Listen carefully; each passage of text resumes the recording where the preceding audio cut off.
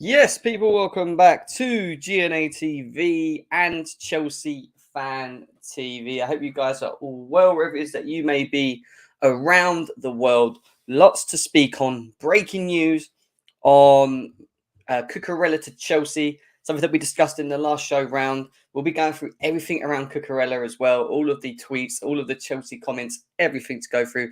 Get your thoughts and feelings on that as well. We've also got a game. The Premier League is back, people. The Premier League is back, and we'll be previewing the game with team lineups, with team news, with Tuchel's press conference, and much, much, much more to go through as well, guys. But I need you guys to smash the like button, subscribe if you're new to GNA TV and to Chelsea Fan TV. Let's get these likes up to over 200 likes on each channel as quickly as we possibly can.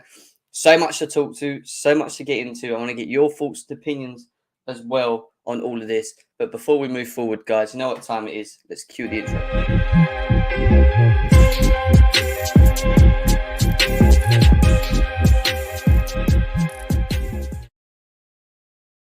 Yes, people, welcome back to GNA TV and Chelsea Fan TV. Premier League football is back, starting tonight with Palace and Arsenal. But Chelsea are back in action, and they are playing Everton tomorrow, kickoff 5:30 at Goodison Park. And this is one of the first shows that we're going to do. Well, we do it on GNA TV all the time, but on Chelsea Fan TV, one of the first shows that we do where we go through the previews. We're also doing some transfer talk as well. We are going to go through the break-in on Cucurella, as recently been told as well. So we're going to be going through all the Cucurella news with Chelsea, Alonso news, the Tuchel stuff. There's also the director of football news to go through as well. DLF news in regards to Chelsea and Michael Edwards as well, guys. So there's so much to get through. I need you guys to smash the likes and also share on all your socials as well. Let's share this now and let people know that we are currently live as we speak. I will be going through the chat first just to just to say hello to everyone before we get into things as well. Hope you guys are having a good day. Vinny is in the house. He says, big up, Jim. Hope you all. I'm good, brother. I'm good. I'm just trying to catch up with a bit of work and obviously beautiful weather today. Very hot still. Big up to Ilias. Big up to Ryan. Big up to Sosa. I'm happy with Cucurella, but we still need 2 more signings. I don't feel that it's at the end of Chelsea finishing what needs to do. I think there's a lot more that needs to be done. So let's see what happens next. There's talks about De Jong. There's talk about Fofana. There's a lot that can still happen as well. Chelsea database, nice to see you, bro. He says the Brighton admin can hold that, is what he's saying. Yeah, they can hold that to a degree. Not going to lie. Big up to you. Hi, with Martin. Nice to see you, bro. Hope you are well. Haley is in the house. When's the away kit coming? Well, the away kit's actually been announced and released on Cucurella. So we'll be showing you images of that very soon as well. He is confirmed. Big up to you. Travel with Samir says Chelsea to lose 2-1. Fair enough. Fair enough. Yep. Big up to you, El Reno. Who else we got here? Devin, nice to see you, bro. Tommy, Bobby, nice to see you. Emilio. Who else we got here? We've got Matt Smith. Ali, nice to see you, my man. There's a lot of you here. Over 150 of you here already. Big up to every single one of you guys. Pretty sure he's the GOAT. Would never doubt him. Well, we had this conversation on the last show round, didn't we?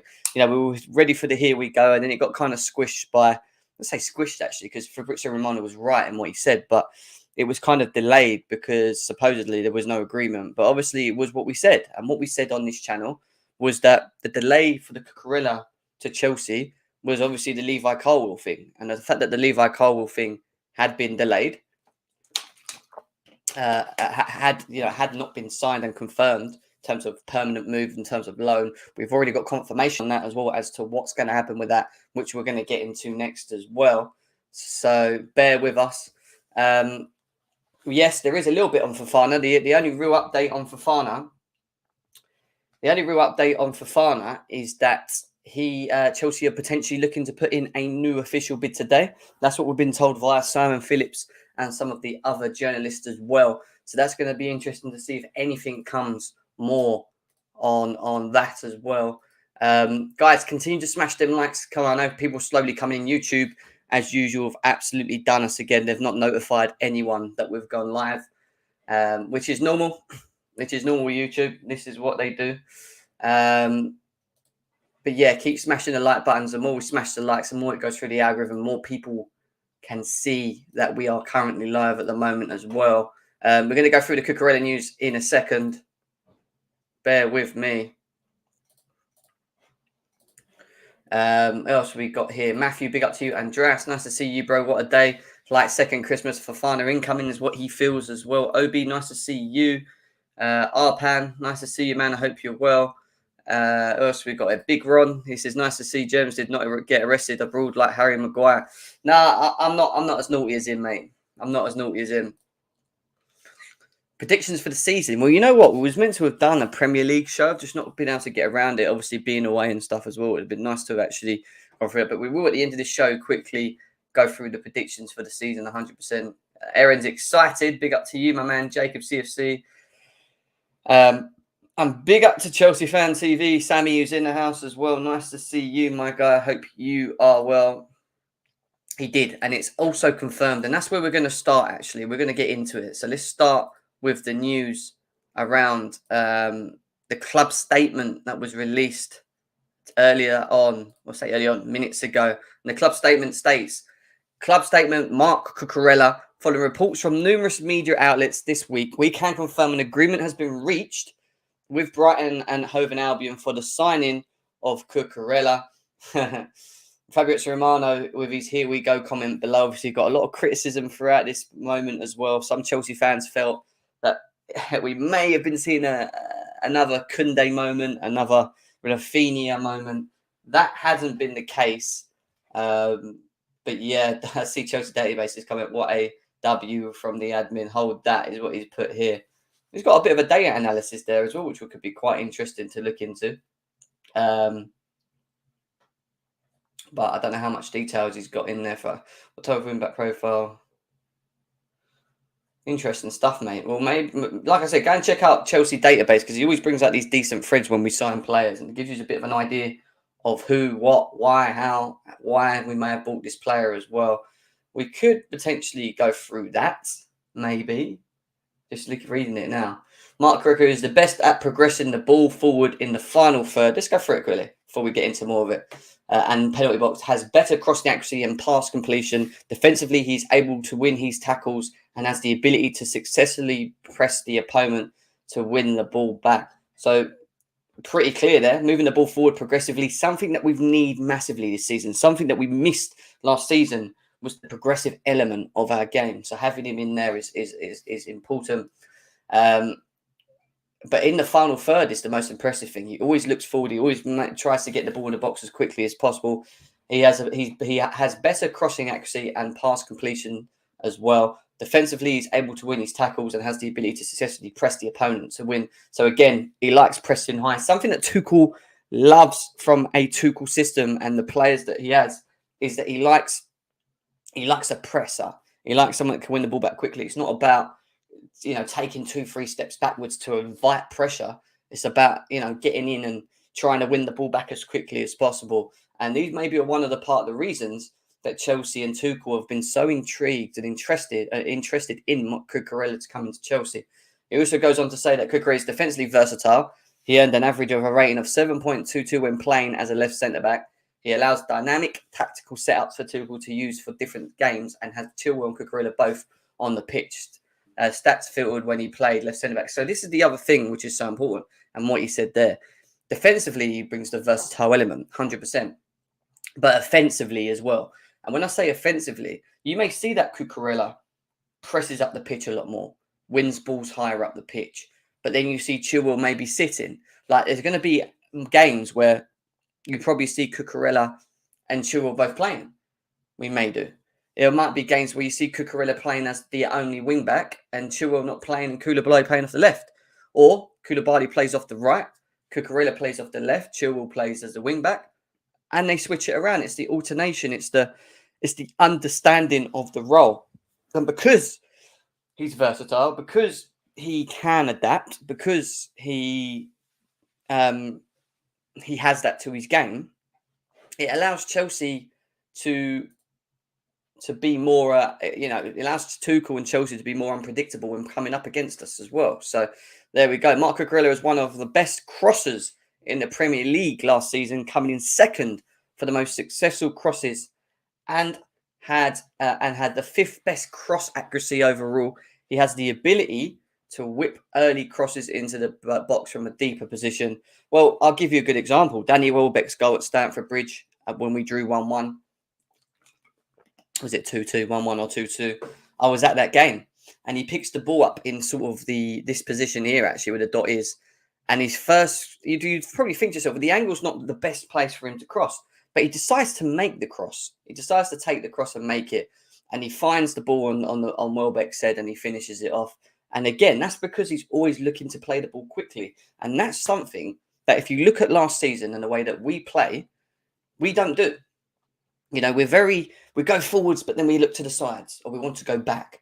You know, we don't have players that are sometimes quick enough with their minds to think, right, play the ball quickly when a forward makes the run, or if he sees that the run in the box. It's that pathological understanding that is important with Cucurella in his game. And that's why I think Tuchel wanted this player. Yes, granted, it's a lot of money, and we're going to get into the statements on Cucurella and comments and whatever. But when you think about the overall player, and you think about what we're getting from him, it makes a lot of sense. When you look at it, Trent Alexander-Arnold was first, and with total successful crosses as a fullback in the Premier League with 35. Cucurella was second with 25, with Reguilon being 23. Now look at our own players. The closest to Cucurella was Reece James, and we deem Reece James to be a very good crosser. We deem Reece James to be one of the main guys for assisting, creating. In a Tuchel system, it was always our wing backs that were more of the creators. Well, right, that's what we thought. So if he's doing, 17 successful crosses in the Premier League by fullbacks and Cucurella's getting 25, that only again improves that position of the pitch. And that's why it's important, and I kept saying that before, to have the quality in them positions to allow us to be more effective. And this is a smart signing from us. This really is a very smart signing from Chelsea. We move forward from that onto this quickly. We're going to get, just because I saw this, I thought I might as well read into it. It's good to go into depth about players that we spoke. So well done to Chelsea Database for this thread. You can check him out on Twitter.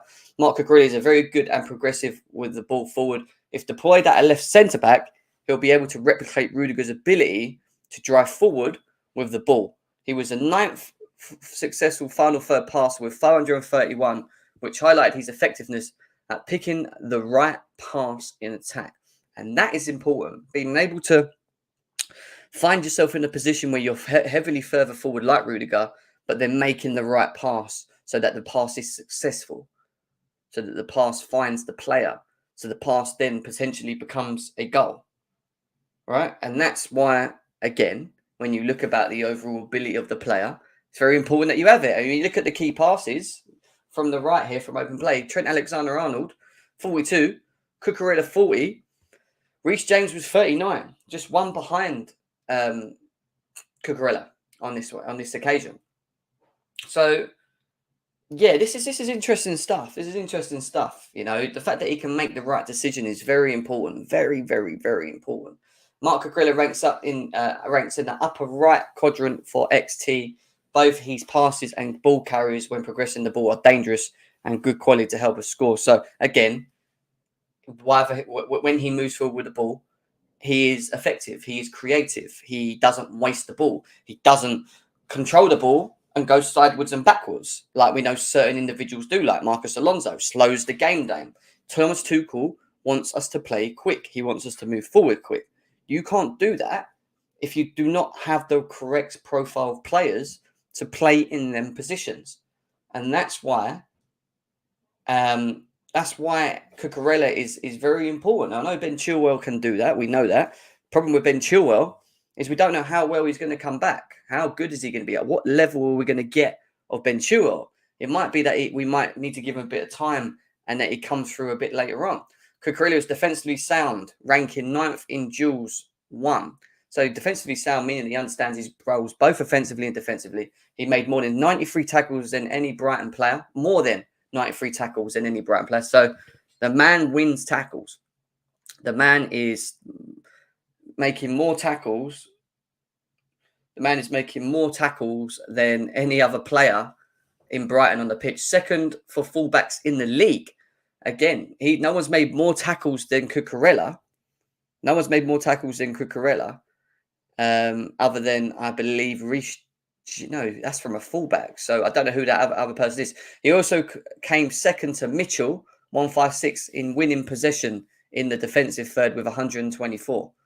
So there you go. Impressive stuff. The defensive side to his game helped Potter.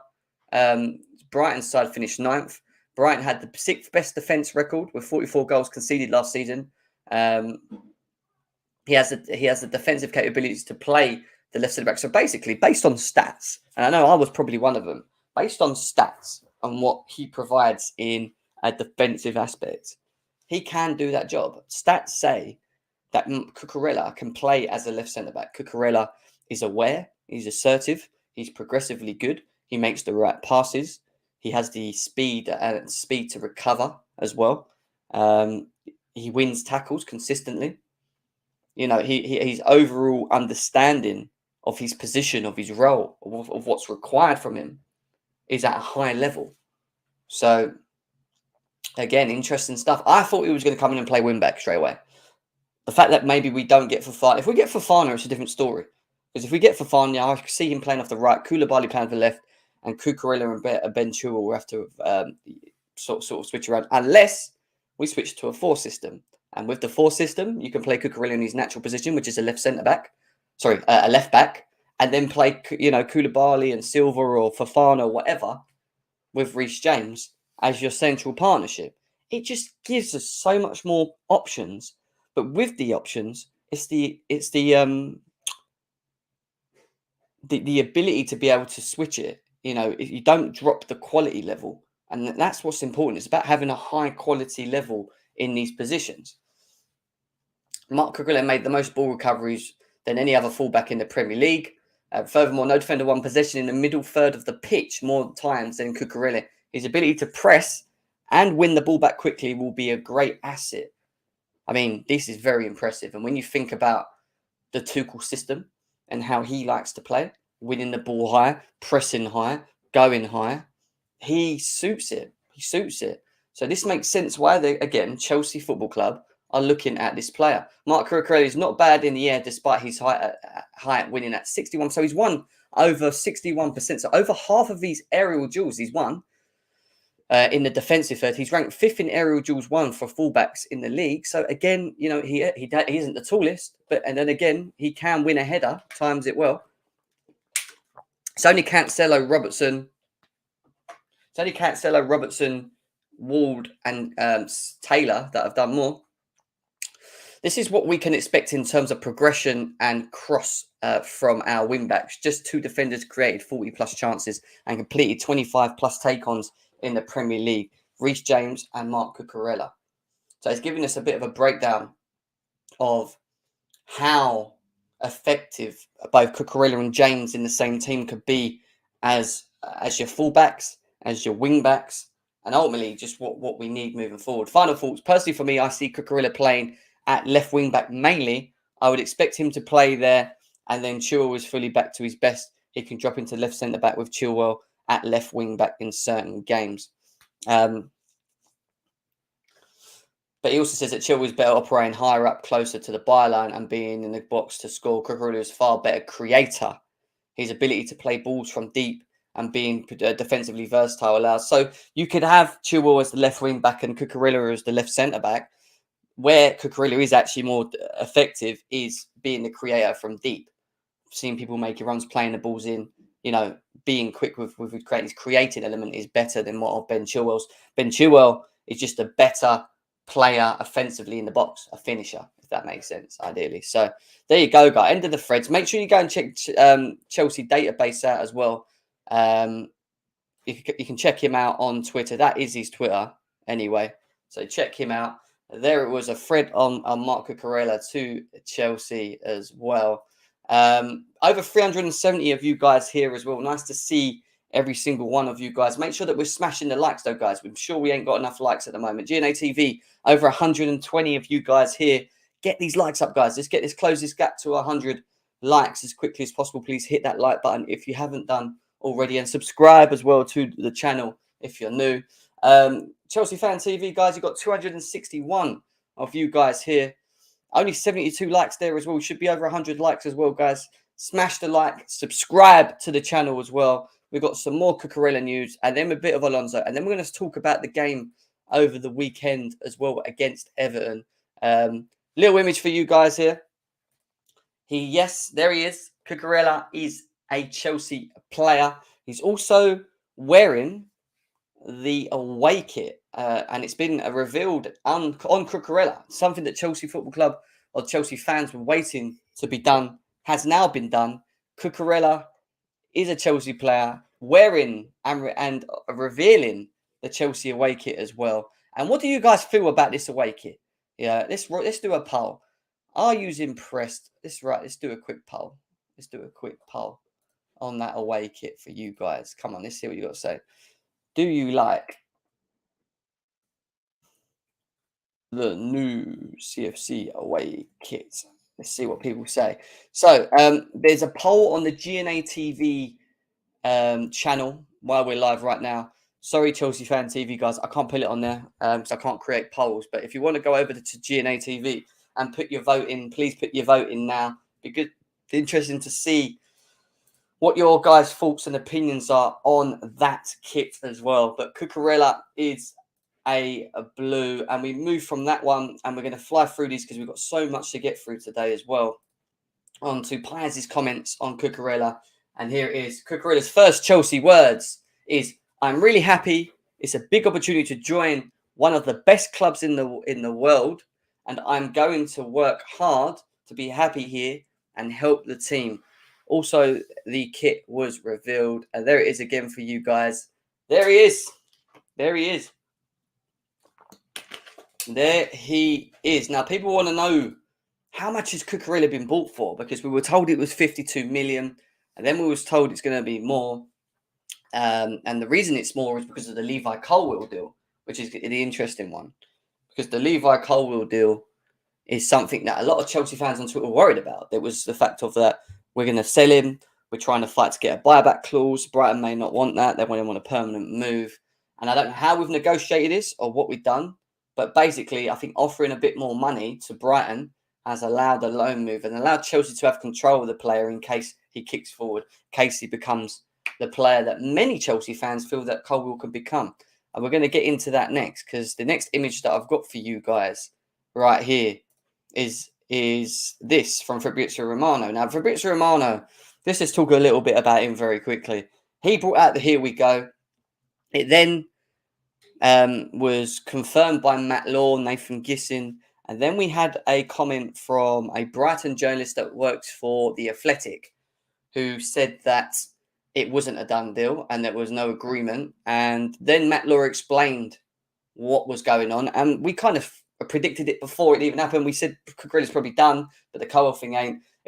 We found out that the reason that Brighton didn't want it announced was because they wanted them both announced at the same time. And why? They got it. They did get it because Colwill, which I'm going to get to next, is a Brighton player as well. But Fabrizio Romano, who did take a little bit of slack, a lot of people come out for him and go, "Oh, you're a fraud, this, that, and the other." He stuck by his guns.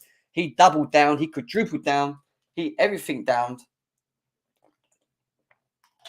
Everything downed it, basically saying that this is done. Yeah, there's nothing else. No one else can get him. No Barcelona, no City, Chelsea have done this. It's just paperwork, medical. He's the one that confirmed it. And he also says that Marc Cucurella joins Chelsea on a permanent deal worth 55 million plus 7 mil in add-ons with a contract going to 2028, 6-year contract. Levi Colwill joins Brighton on a loan until June 2023. No buy option as well. That right there, and as much as Chelsea fans and rival fans want to be salty about it, is very good business from Chelsea. Now, we've just gone through the thread. We spoke about the type of player that we get and how important it is, the quality of the player. Yeah. And ultimately, is 55 mil for a left back with the levels of stats of what he has to his name, what we've just been through, that much? I'm not too sure. He probably is one of the most hottest prospects in and around Europe at the moment.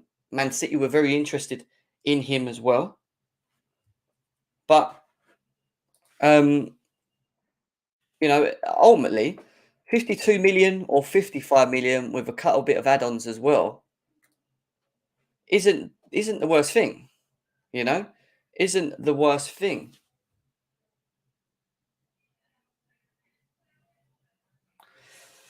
Just reading something that someone just sent me.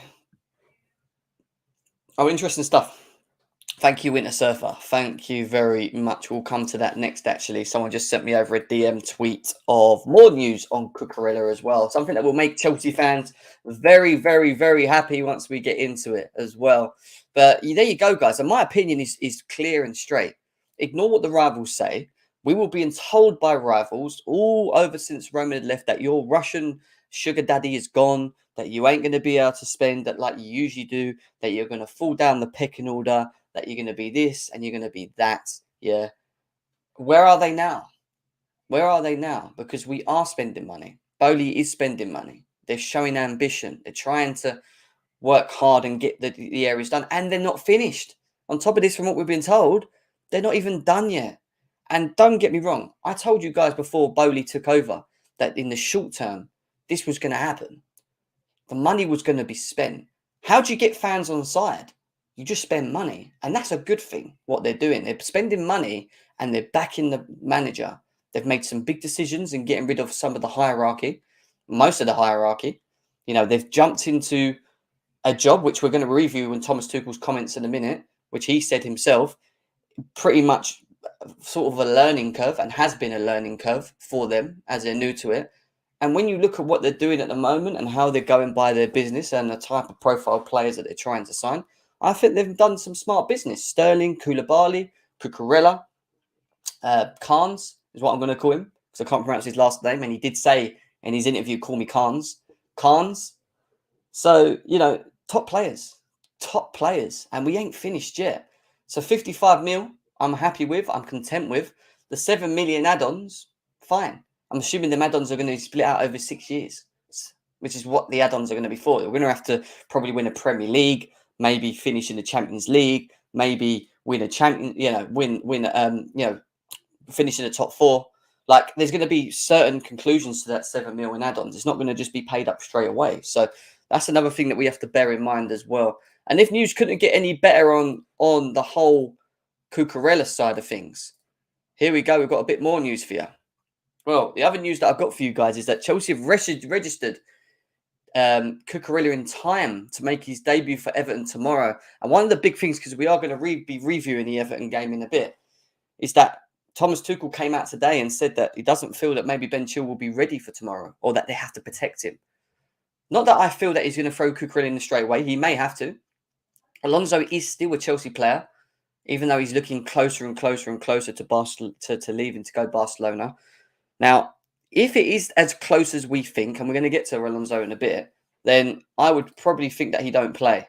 But interesting stuff there. Cucurella has registered himself in time to play tomorrow. It just depends how fit he is to play this game as well, which is going to be the interesting part of all of this as well. Have I missed any super chats? Because I just want to make sure I haven't missed that because I haven't been looking at the chat in a while. Sorry, guys.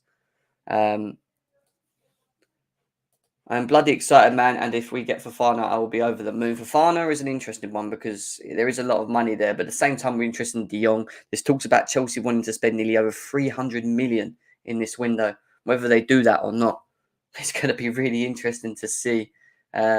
Chelsea still ain't challenging next season. You know what?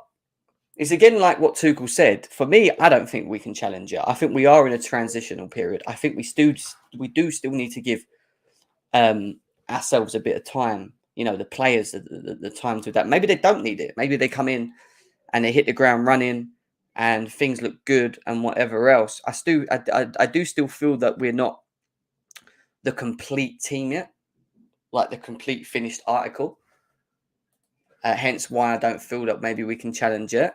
But I'd love to be proven wrong. I mean, us challenging and being in that position is only good for us, right? It's only good for Chelsea fans. So, yeah, there we go. Interesting stuff there as well. Over 500 of you guys here. Make sure that we're smashing that like button, guys. Let's get them likes up, please. We're just going to quickly flick over to what Fabrizio Romano said earlier on about Colwill, because the one thing that they wanted to do was announce Colwill at the same time as Cucurella. Chelsea announced Cucurella, and Brighton and their official account have now announced Levi Colwill to Brighton. There it is, number 6, and there he is in the shirt.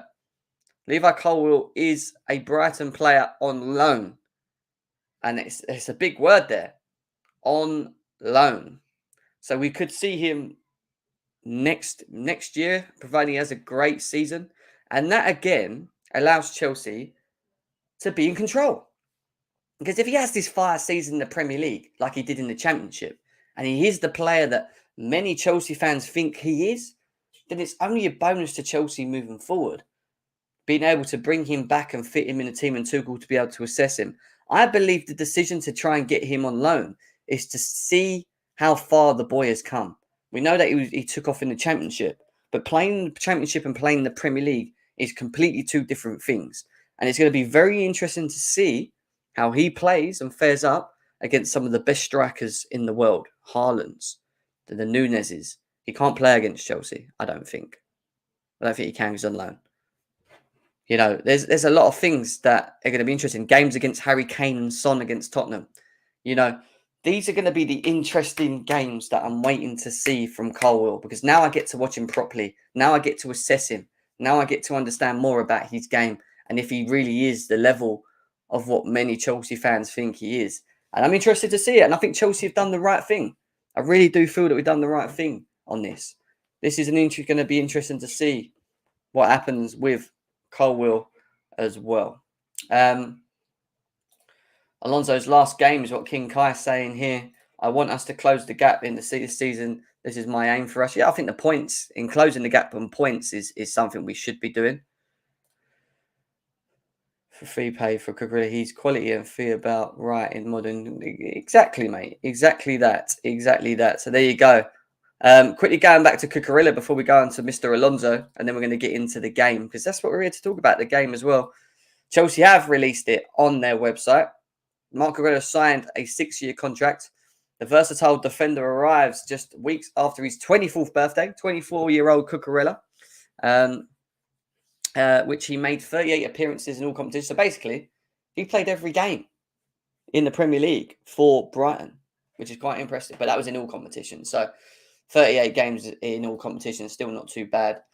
Such was the positive and swift nature of adaptation in the English football, playing a variety of roles on the left-hand side, including fullback, wing-back and centre-back. Cucurella was voted the player of the season by Brighton as well. There he is in that Chelsea shirt, people. In particular, his high energy performances, tough tackling and marauding down the wing caught the eye, while has two-footed and assuredness to his game. Blah, blah, blah, blah. On signing for Chelsea, Cucurella said that he's very happy. It's a big opportunity for him, one of the best clubs in the world, and he's going to work hard, and he's happy to be here to help the team. Todd Bowley said, and this is interesting, Todd Bowley said that Mark is an elite defender of a proven Premier League quality, and he further strengthens our squad going into next season. We continue to work on and off the pitch, and we're delighted Mark will be a part of the present future.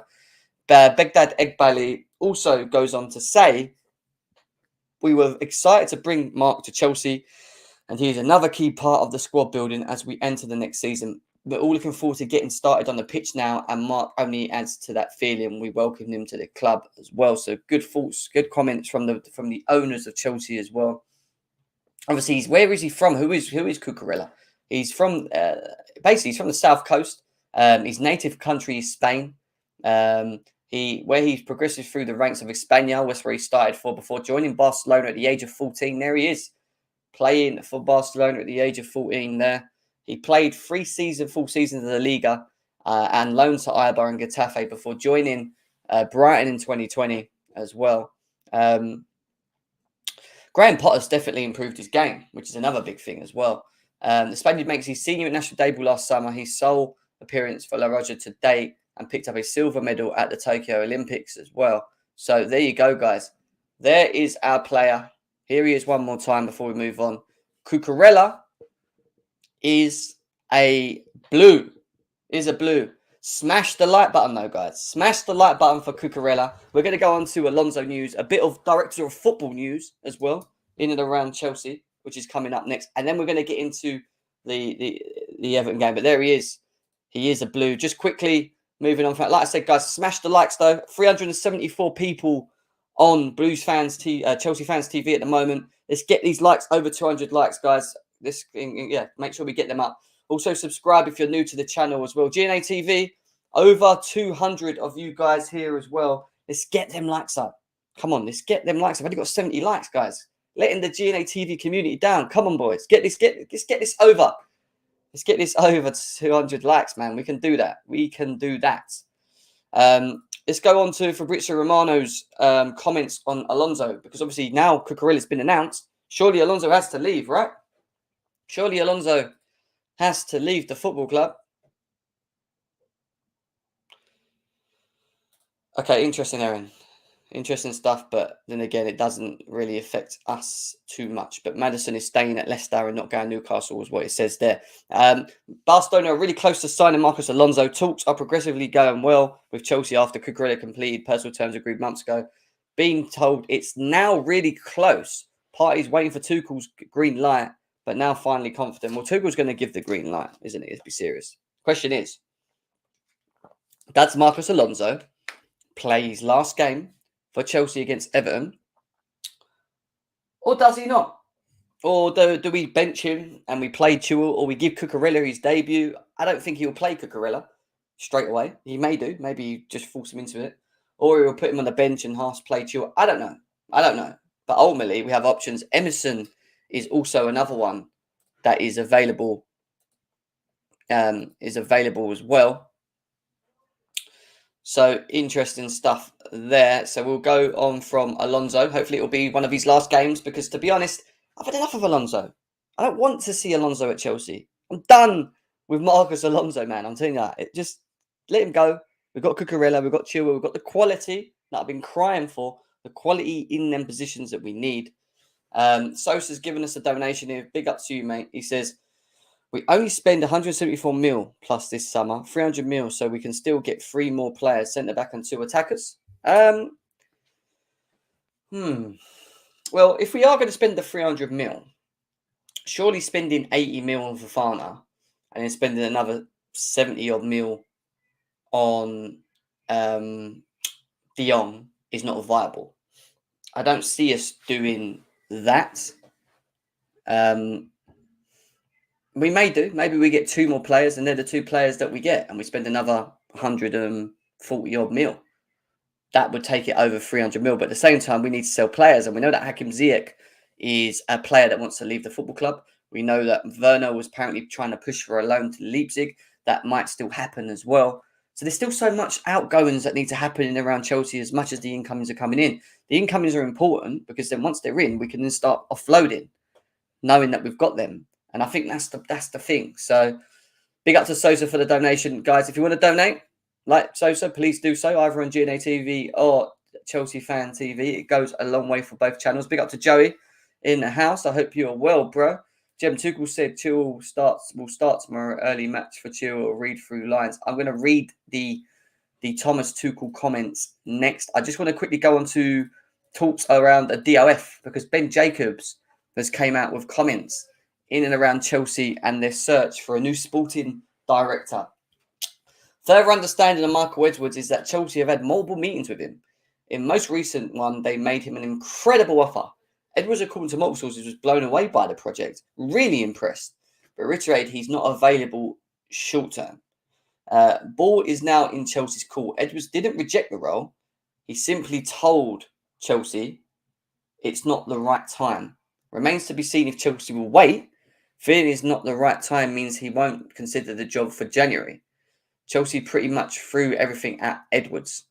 Club are exploring multiple options because the preference is to make an imminent appointment. Edwards not off the table, though. There is currently no active non-compete stopping him joining either. So what Ben Jacobs has gone and say is he's on the break from football and doesn't wish to cut that short. Next summer is the earliest he wants to consider work. Chelsea have the task to try and change his mind. Well, this is where Chelsea can be clever with this, because Todd Bowley and Egbali are in a position where they're kind of pick-lucking the way through things. We're going to get through this summer. Do we need to buy players in January if we get the right players in and we keep players fit? Probably not. If he wants a summer move, then try and pin him in just before, so that he can get a bit of a understanding of what's required. He's obviously had to speak.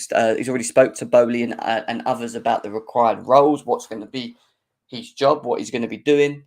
So rather than just completely scrap it because you want to get someone in imminently, who in theory would be better in terms of having time to sit, understand the role, look at the profile players, get mixing with Tuchel, understand Bowley's ideas, whatever. Because of that understanding and having the time to get that all, grasp all that in, and then go out in the summer window, which is why I think they want to announce him after this summer window. I get that. But ultimately, if this is the guy you want and he's saying, look, I want to have a bit of a break, give me to it next year, then try and pin him in for March, April. Let him have that break. Ignore the January period. Obviously, we've ignored the summer window. Why not? I'm sure there can be some sort of compromisation for Marco Edwards if that is the choice that Chelsea want, right? So let's see what happens with the new sporting element as well. So much to go on with Chelsea as well. It's going to be interesting to see what happens at a later stage. Right, let's get into the game tomorrow. Everton versus Chelsea, first game of the Premier League. And Thomas Tuchel had his press conference today.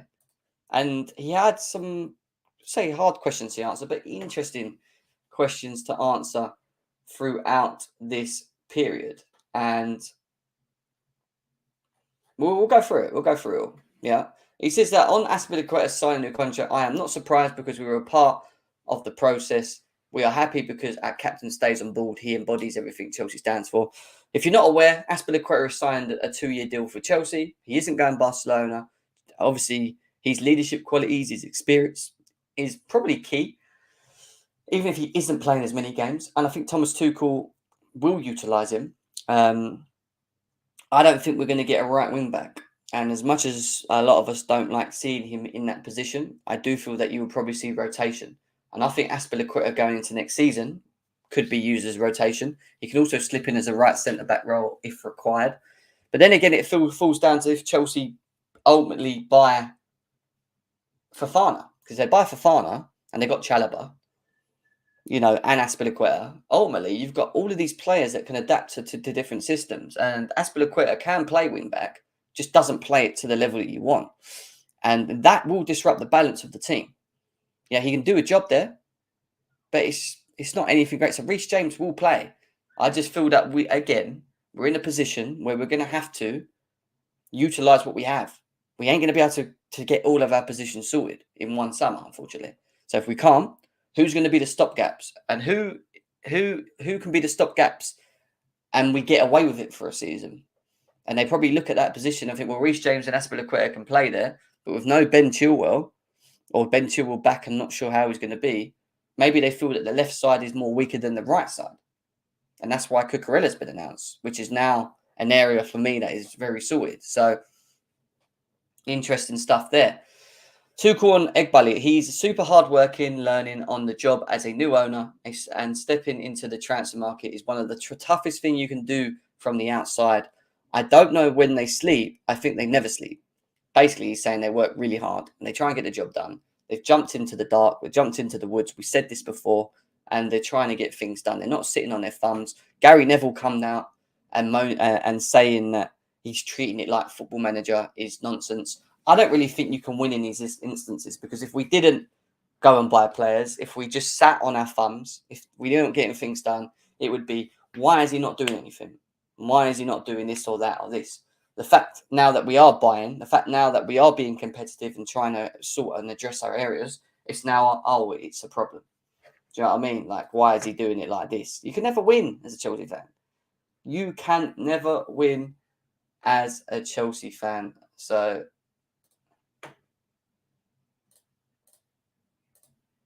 I have got something for you guys in a second as well. We'll come to that in a second. Let's move forward from this. Tuchel on Cucurella. It's not done yet. I don't want to say it is done now, so we'll go past that. But he did say he's a terrific player and he can play in several positions. What I said to you, again, a Tuchel signing, 100%. Tuchel signing, 100%. If it goes through, it could open Levi to a game to get game time elsewhere, is what Tuchel said on Colwill. Tuchel saying on Aubameyang is that he will not commit further. There are a lot of names out there. Sometimes it is because we discuss a lot of names, and sometimes it's pure speculation. About the Arsenal game, that was more of like a wake-up call. That it feels like it's a wake-up call, and a new season gives a new focus and excitement. He also goes on to say the legs are fresh now and fresher than when we trained in Florida. So he does feel that Chelsea and their fitness levels and the players' levels are a lot more ahead than what they were and what we've seen in Florida now. So better fitness overall there as well. Thomas Tuchel on working on transfers more than usual. I was happy to spend a lot of time with our owners to align our thoughts and discuss our opinions. It was necessary and needed that I adapt. It was not frustrated, but time-consuming and challenging.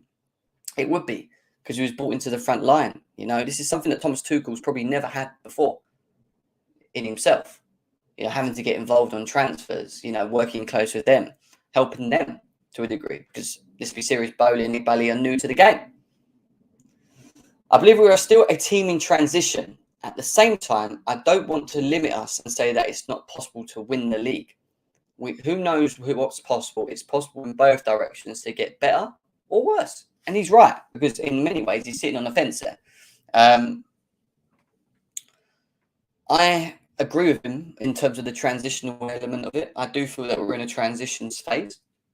I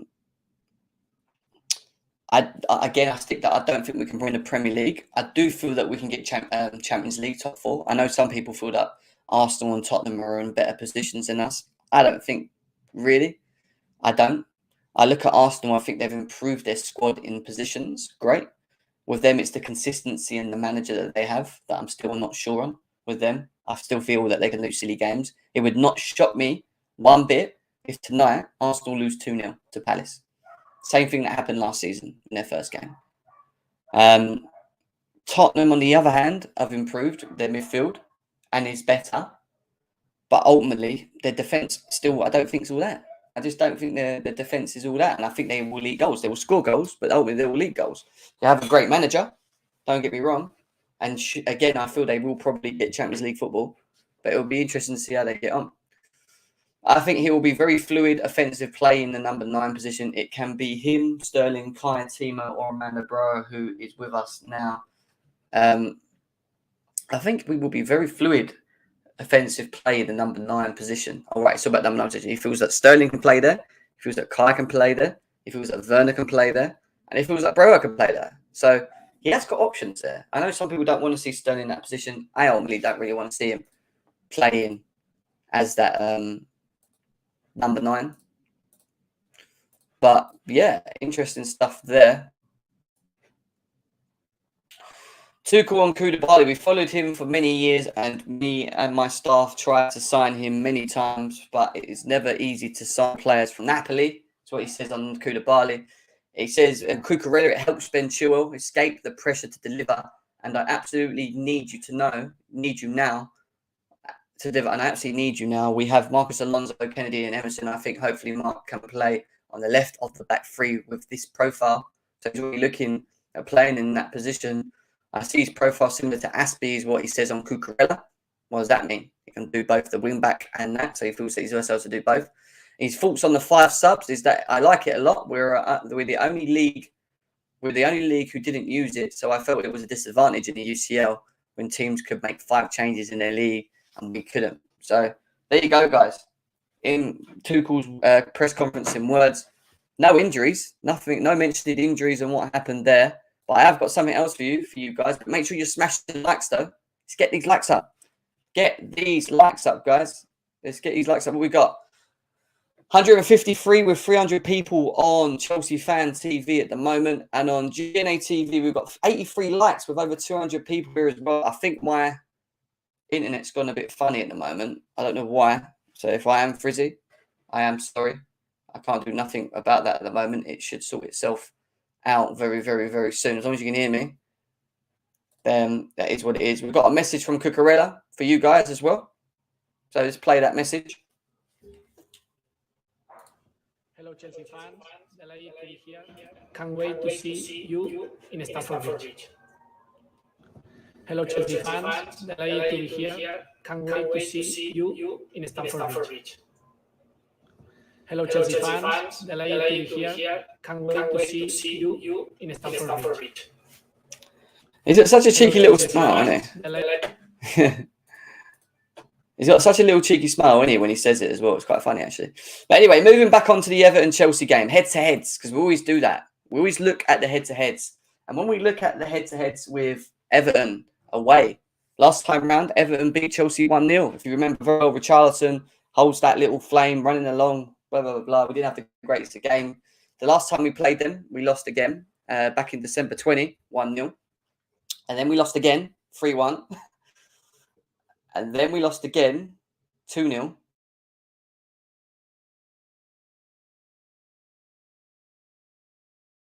Wait a sec, that can't be right. We lost to them 1-0 last season, and then when we played them again, we lost 1-0 in 2020. And then we played them again in 2019, and we lost 3-1. Then we played them in 2019 March, and we lost 2-0. And then we played them in December 17, and we drew 0-0. And then the last time we beat Everton at Goodison Park was 30th of April 2017. 30th of April 2017 was the last time we got a win at Goodison Park. This is not a happy hunting ground for Chelsea. This is not a happy hunting ground whatsoever. And something that we need to change. You know, Everton are not the same Everton.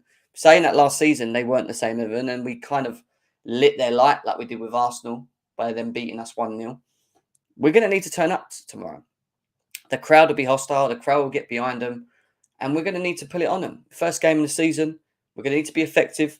We're going to need to be quick. We're going to need to show that our fitness levels are there. We're going to need quick passing, moving the ball quickly, opening them up. They're going to sit, ultimately, I think, and they're just going to play counter.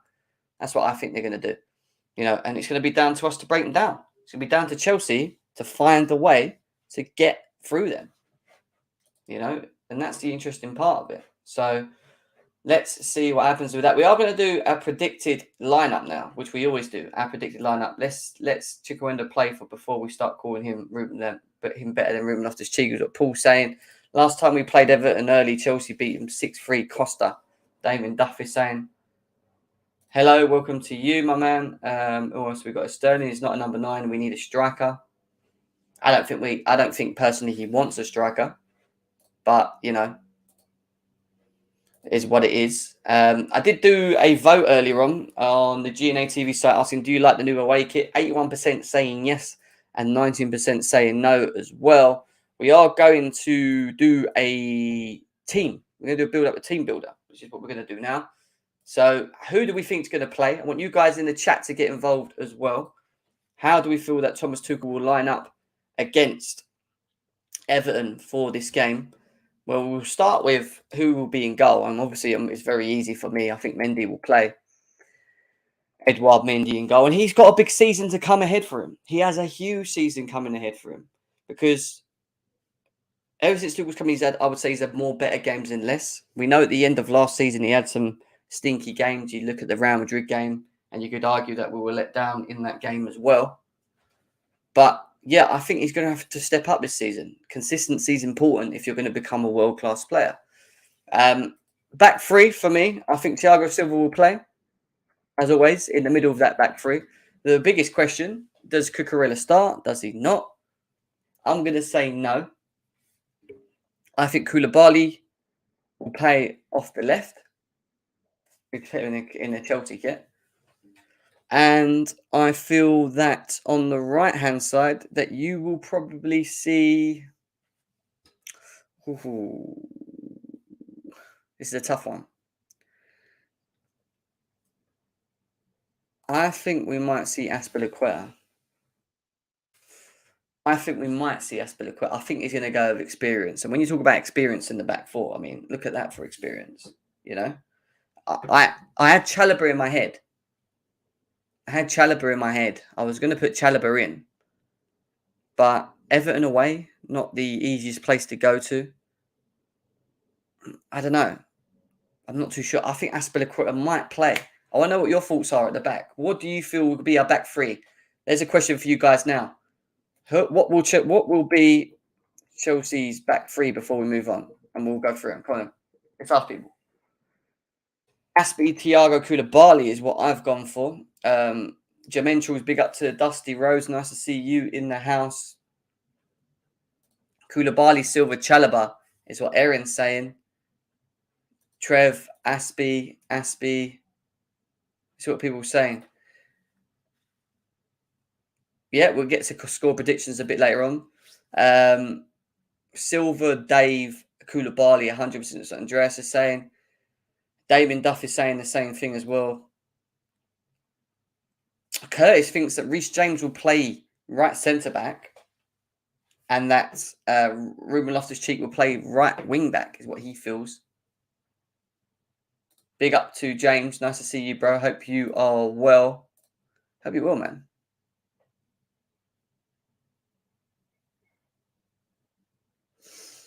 Apparently, just with some news for you guys quickly, we are going in. Fabrizio Romano has commented saying that Chelsea will be going in for another bid for Fofana, and that Chelsea are obsessed with Fofana. They're obsessed with him. They want him. That's what Fabrizio Romano has just said on YouTube, apparently, as well. So interesting stuff there. Big up to you, mate. Nice to see you. Make sure you subscribe to the channel, man. Make sure you're subscribing, guys. Please subscribe to both GNA TV and Chelsea Fan TV, if you can do that. Cucurella, I've got some news for you guys. I'll just copy and paste that. Thank you, Erin. Let me just stick this in one of my banners. Where are we going there? Where are we going, Jam? There we go. Ticker. Edit. So, Cucurella. What number shirt is he going to be wearing? Well, there you go. There it is. Cucurella is number 32. There you go. Cucurella is number 32, guys. Cucurella is number 32. Got same as you. Cucurella's number. Yep, it's in the chat. Did you see the apparently Madison is signing a new contract? Yep, I saw that. Here we go. Our back. No need to rush him. Chile is playing. All right, cool. So there we go. There's the back three that I feel we're going to start. Some people said Chalobah. Some people feel it's Azpilicueta. And then it goes on to the wing backs. I think Reece James will play.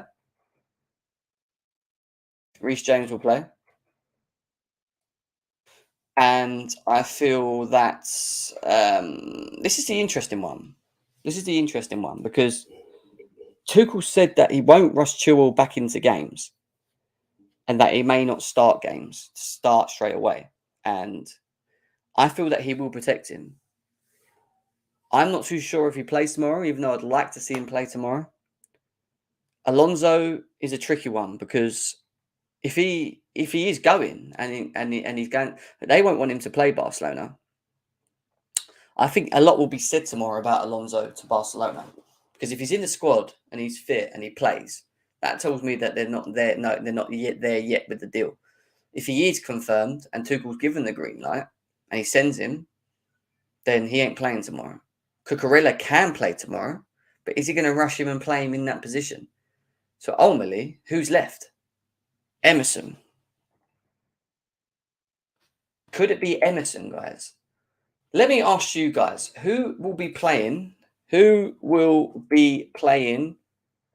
left wing back tomorrow? I've just told you what I feel.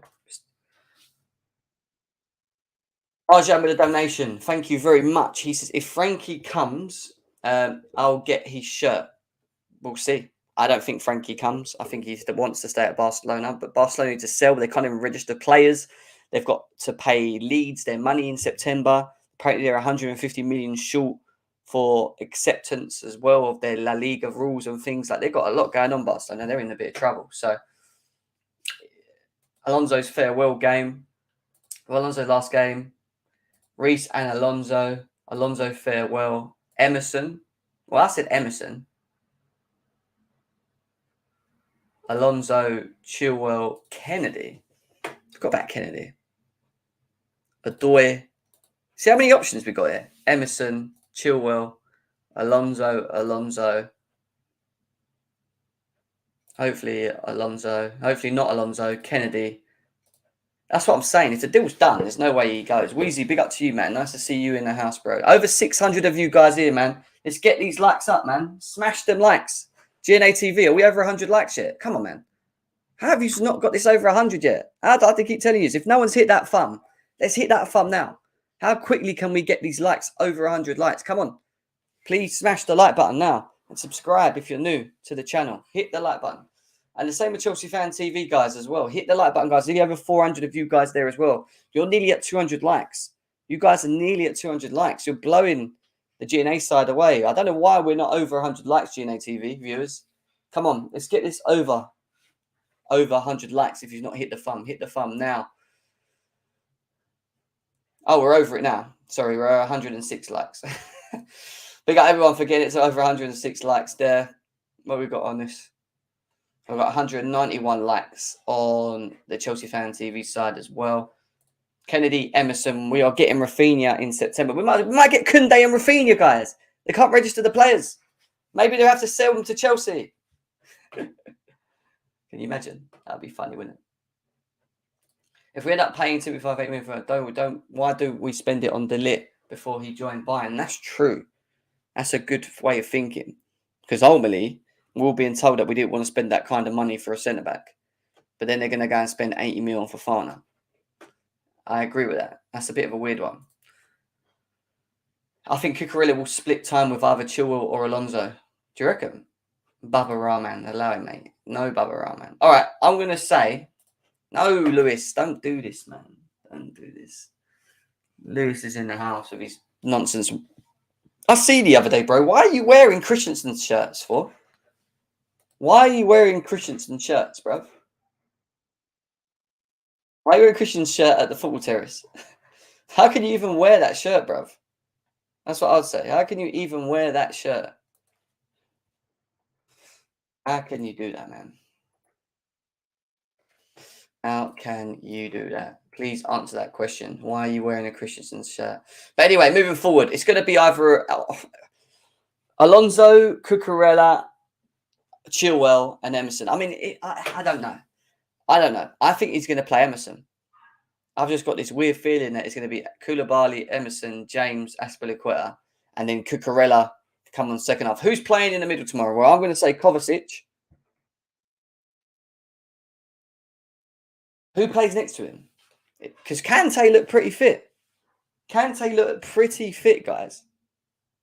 What do you reckon in the middle? Kovacic and who? Jorginho Kante.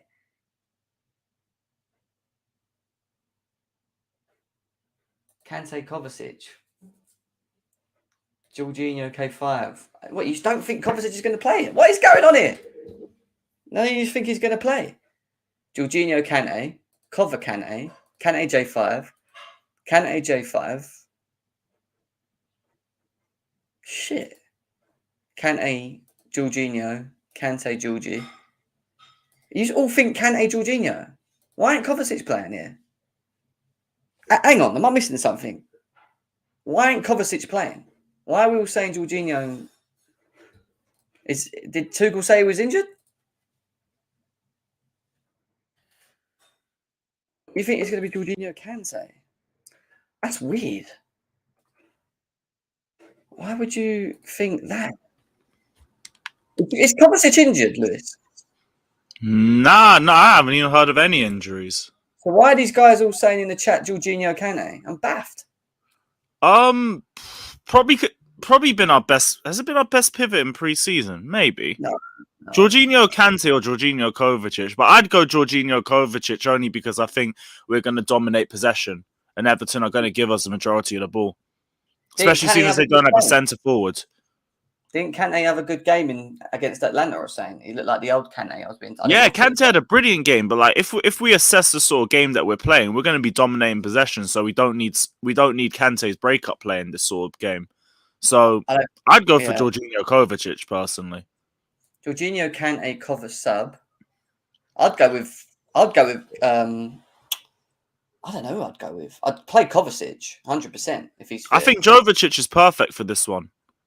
And there's nothing against Kante either. It's just like I already said, like I want to use Kante sparingly through the season, and playing him against teams I think are going to play a low block against us, it kind of defeats the purpose of using Kante. Oh, they're saying Kovacic started late in preseason. That might be a reason for it, which is fair enough. Jorginho, Kovacic, Jorginho, Kante, Jorginho, Kovacic, Jorginho. So Jorginho's in all of this. So like either or should be enough to get a win anyway. I think Kovacic plays. I do. Same. I'd go Jovic. I think that's our best midfield for this game. Yeah, and you just bring Kante on later, didn't you? Really, and just switch him around. Maybe we have to be careful with his minutes. And I think Tuchel might have that at the back of his head. I'll ask you this question. We were talking about the left wing back area earlier, and obviously Alonso could potentially be a Barcelona player very soon. If not, he could be available for the game tomorrow. Emerson is still here. He is available and fit.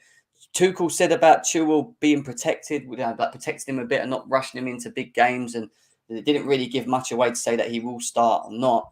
But then obviously Cucurella has been registered to play with the number 32 shirt for tomorrow as well. Who's playing there, man? We've got options. Who's playing, do you think? Could see Tuchel go out of nowhere and just throw Cucurella in immediately. But if we're being realistic, maybe Alonso gets given a final run out. Emerson, like, I'd be surprised, but like, I don't know. If it's not Cucurella, it could honestly be anybody at wing back. Because it's that one last game where we'd be doing that before Cucurella becomes the main option. But the thing is, the fact that I just don't imagine Tuchel playing a player that's just not had any training with it. Like, you're just asking him to. I mean, he can. Don't get me wrong. We did it with Lukaku though. Just threw him straight into the Arsenal game. Tuchel didn't even give him instructions. Did we? He just said, "Go out there and play." He trained, didn't he? Did he not train? I don't think so, but I remember Lukaku just saying Tuchel threw me out there with no instructions and just said, have a feel for the game. So I could see him. Like, he has done unpredictable things like that before. Matt, what is wrong with you, man? What is your... your meaty Kepa agenda. I will celebrate the day he goes to Napoli, bruv. I look forward to it. Me and Lewis don't agree on everything, but when it comes to fucking Kepa, oh my God. Get rid of him. I can see Cucurella will play. He will play left centre back. But this is the thing. If we get Fofana, I think Cucurella goes left wing back. If we don't get Fofana, then I think Koulibaly goes right wing back. Right centre back, and Cucurella plays left centre back, and then you play Chilwell or Emerson and whatever as a wing back. But I think we have that option now. The one thing I was saying, Lewis, is that the players that we've bought, Koulibaly, Cucurella, Sterling's, they give us a lot of options, like in our systems. Like we can switch to a 4 if we wanted to comfortably. We can switch into a 3. Koulibaly can play right and left. Cucurella. I still think we need a midfielder or two before we can switch to a 3 in midfield. I still think we need a forward. Yeah, I think we need more than Sterling personally as well. Oh, 100%. But like that just goes without saying at this point. Lewis, I support you for supporting the first women player to play in the men's team. And I support you for supporting Poppadom wrists. It's all good. Okay, now, man. All right, well, we'll go with Cucurella. We'll go. I mean, if Chilwell's fit, I don't know, man. I don't know. Fuck knows. Anyway, I feel like there's questions over Chilwell's fitness. I did hear a few people talk about potentially Chilwell being the one that plays left centre back because it's less taxing on his body, and that could be a decent shout because he is good defensively. Good in the air as well. It's a very underrated aspect of his game. And he's in a position that doesn't demand him bombing up and down the wing. So it allows him to get back to match fitness at a much slower rate. Could we see a 4 at the back tomorrow? I'd be very surprised. Very surprised. Because we look so bad when we switch to a back 4 any time this year. Yeah, I agree. We ain't got the players to do it yet. That's why I keep saying to people, it's not the right profile player. Like, we'll get in there. Like, Cucurella will allow us to do it. Koulibaly will. A few more transfers and we can do it. Yeah, right now, no. People are forcing it. Yeah, I mean, yeah, I agree. I think we need to stick with the three personally. We'll see.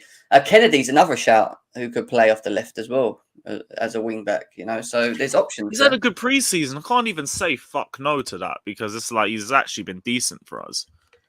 Yeah, well, it gives you the offensive side of it with him and Reece James on the side. They'll be up and down the pitch. That could work, but we'll have to see what happens. The front three, is it obvious? Havertz, Mount, Sterling? Yeah, Havertz, Mount, Sterling. That's our best front three.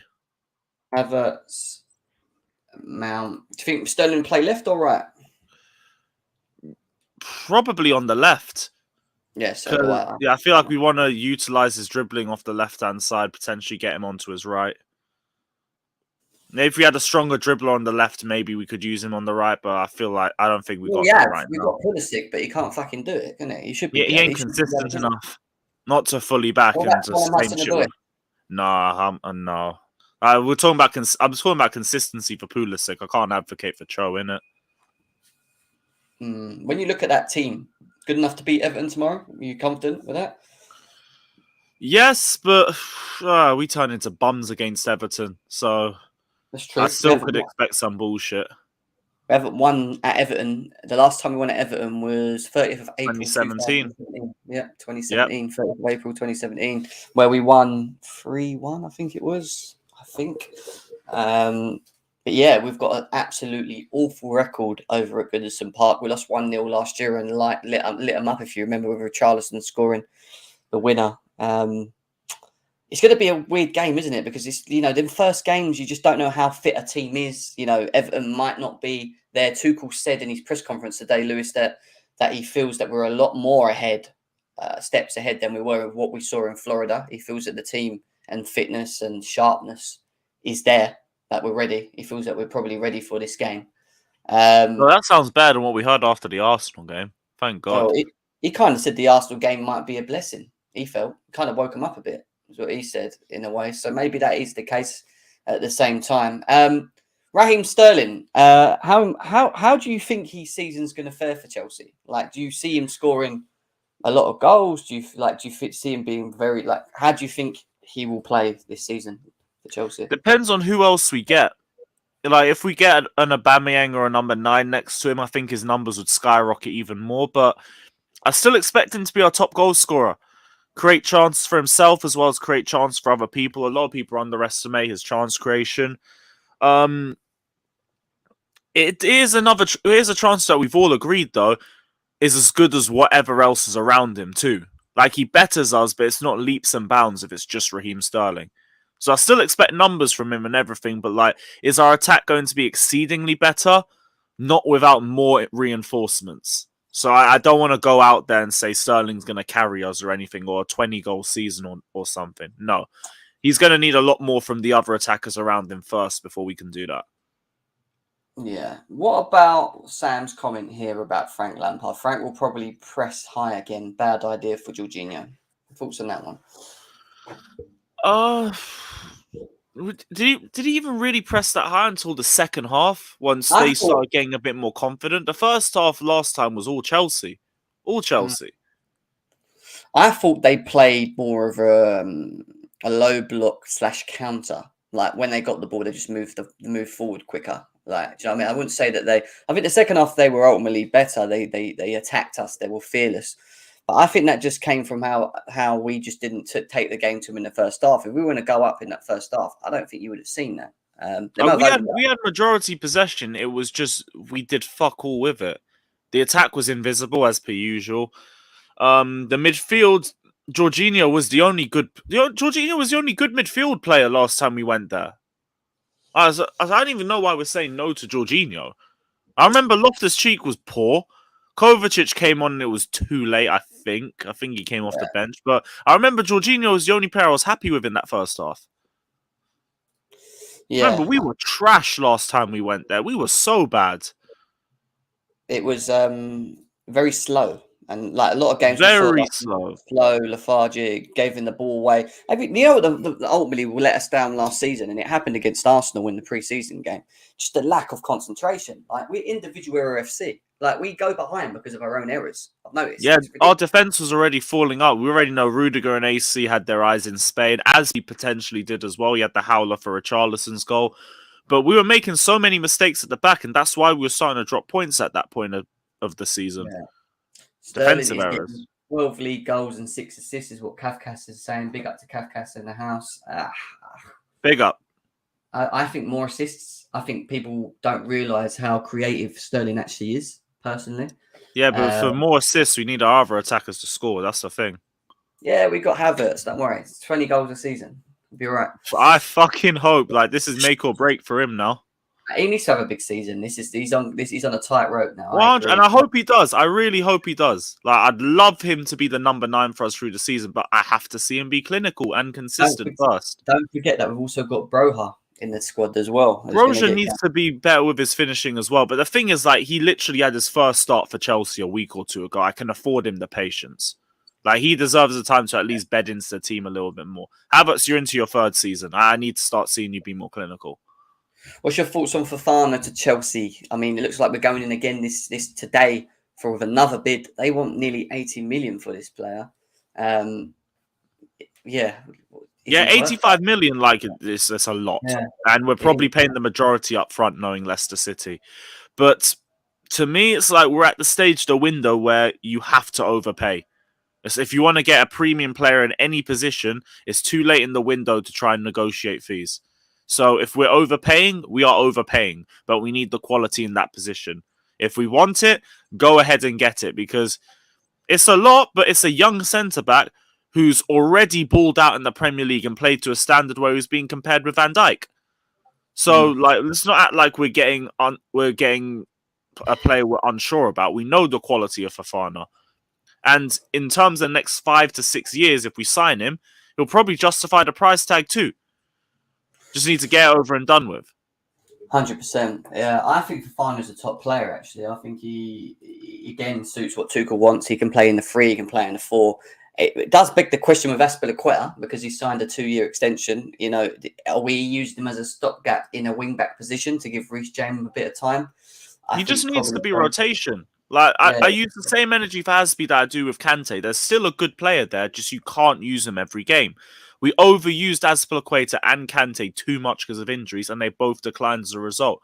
You use them like every other game, or you manage their game time in a different way to the way we did last season. We can get the best out of Azpi. We can get the best out of Kante. They're not washed. They're not. They just can't play the same amount of games as they've done in recent years. And the sooner people understand that, the sooner we can all just move forward, and we'll be better as a squad for it. We have a release of clip video on the Chelsea FC site for you guys. I'll quickly play it now.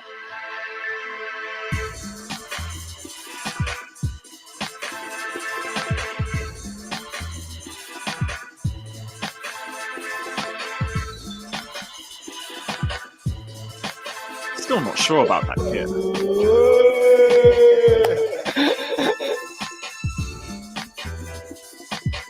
Hello, Chelsea fans. Delighted to be here. Can't wait to see you in Stamford Bridge. There we go. There we go. Yeah, I'm still a bit in on the kit, but good announcement. Yeah, it's better than Barcelona, isn't it? So yeah, we'll fucking both agree on that. Just reading through these comments, actually, see what people were saying. Yeah, I don't expect it to be an easy game tomorrow. Ultimately, I do think that we need to start off well, and I think winning tomorrow is key. The fact that it's a ground that we don't really have a great record at. It being the first game, I actually prefer than rather it being like a December game away, because we just haven't got that record, and obviously, ultimately, it will give them fitness. Yeah, we can just lose there early and get over and done with. No, we can just maybe win there early because, you know, maybe they're not fit already. I know, or whatever. I'm being pessimistic. But, yeah, remember the 5 sub rule kicks in this season as well. And that's going to be big when you think about the players that we've registered that we keep. We've got the Gallaghers, we've got the Khans, the Carnies. We've got a number of players that can now actually be used, or Thomas Tuchel can utilize them throughout the game. That will free up minutes, that will keep players fit. But ultimately, it's going to be important that Thomas Tuchel manages their times well. That's the big key, because you don't want to see Reece James playing 90 minutes in December, 3 games in a row. Do you know what I mean? Like, you're going to need the rotation, like you said. Aspilicueta comes in for the last 20 minutes or 25 minutes. We're 2-0 up. Don't play Reece James. Take him off. These are the things that I want to see going into next season. He's going to have to manage to keep them fit and avoid injuries and look after the likes of James and Chilwell specifically. That's why wing-back depth is so important. It is. But the quality of the people coming in is important as well. Mm-hmm. That's why Cucurella's come in, because Cucurella, and I don't know, you probably didn't see the beginning of the show, but we were talking about, we're going through this a thread that Chelsea database created on Twitter. If you get a chance, have a look at it. It's really good. You could probably use it on your show. It breaks down the strengths defensively and offensively of the player. And he had like the second highest ball progressive of a left centre back defender in the league. Like, his progressiveness with the ball moving forward. He also likes taking players on deep, which is something that Rudiger done as well. When he used to drive forward deep and then play the ball quickly through. Like, his decision making in the final third was very, very good. I think it was like the third in the league again as well from his position and stuff like that. So there's a lot, and defensively he's very good, very, very sound. So when I thought about Cucurella, I was like, there's no way we can play him in the left centre back role. I thought we'd play him as a left wing back. That's what I thought he's been brought in. But when I read them stats and I looked into it, his dribbling though, it's a fucking madness. His dribbling is a madness, but his defensive understanding is very good. He had the second highest tackling. I think there was one person in front of him in his position in the league. He made more tackles, 98 tackles defensively for Brighton, more than any other Brighton player. 98 more tackles successively than any other player in their team.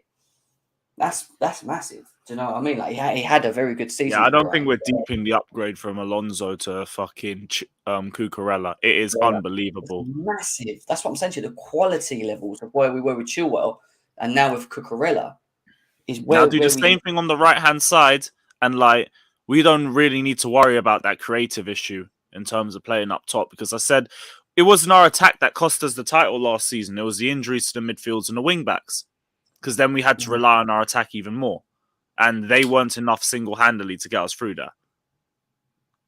100%. Cucurella plays tomorrow. He can. He's registered to Give play. me a sec, cool. God, cool.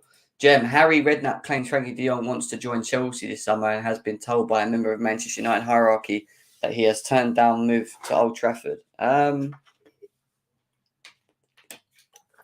a bit of an interesting one, isn't it? Yeah. If that's the case, yeah, interesting stuff. I will open the line for the next 10 minutes or so, but I have got to shoot. Let me just quickly put the lines in, put the link in the chat quickly. There you go, Matt. Sorry, I was meant to do it earlier, but I've just been so busy today with this. But yeah, come in if you want now and have your say before we finish off. What you saying? Yeah, get that forward out of keeper, man. Get that forward out of keeper. Get back in, man. Get Mendy out, bro. I'm sick of this guy. What has he done to prove himself, man? What has he done to prove himself in goals? Tell me right now. Are you really comparing Mendy with Kepa? Are you not past this yet? Are you not sleeping? This what? I think we're selling our best keeper. We're selling our best keeper to a fraud who can't kick 5 meters past. Matt, let me just simplify this for you. When Kepa was number one, Chelsea, Fat Frank. Wait. When Kepa was number one under Sarri, under Lampard, yeah, when he was number one, and he had the opportunity, yeah, to solidify that position, did he do that? You're right. No, Sarri did well. Sarri did well. I think it was Fat Frank who did quite bad. So we go and buy Mendy, who I thought was just going to be a stopgap for Kepa. We go and buy Mendy, and we bring him in, and he takes his chance. Let's be serious. He takes his chance when under Tuchel, especially when Tuchel come in. And last season behind, he started off well again. All right, at the end of the season, he had some moments. I agree with you. He had moments. But when you think about his overall time as a Chelsea player compared to Kepa, I would say Mendy has been a better goalie than Kepa by far. This ain't even a debate. Did Kepa lose us the Champions League? Oh my! I came back to this. Oh, Sort him out. Hey, who's this? Oh, Sort him out. Fucking hell, I can't do this. First thing he comes on and says is, "Why is Mendy in goal?" Like you lot and your player agendas. Have some shame. All right, Christina. All right, Christina. Calm down. I had Lewis. proper dumb wrists. That's rich. All right, Christina. Calm down, What do buddy. you mean, man? I've never done player agendas. What are you talking about? Yeah. Actually, no. Sure. I give props to Lewis supporting our Uni6 players in our men's team. I supported Lewis. I see it. I respect you, mate. I appreciate you supporting T-Rexes and everything like that too. No problem. Thanks, Lewis.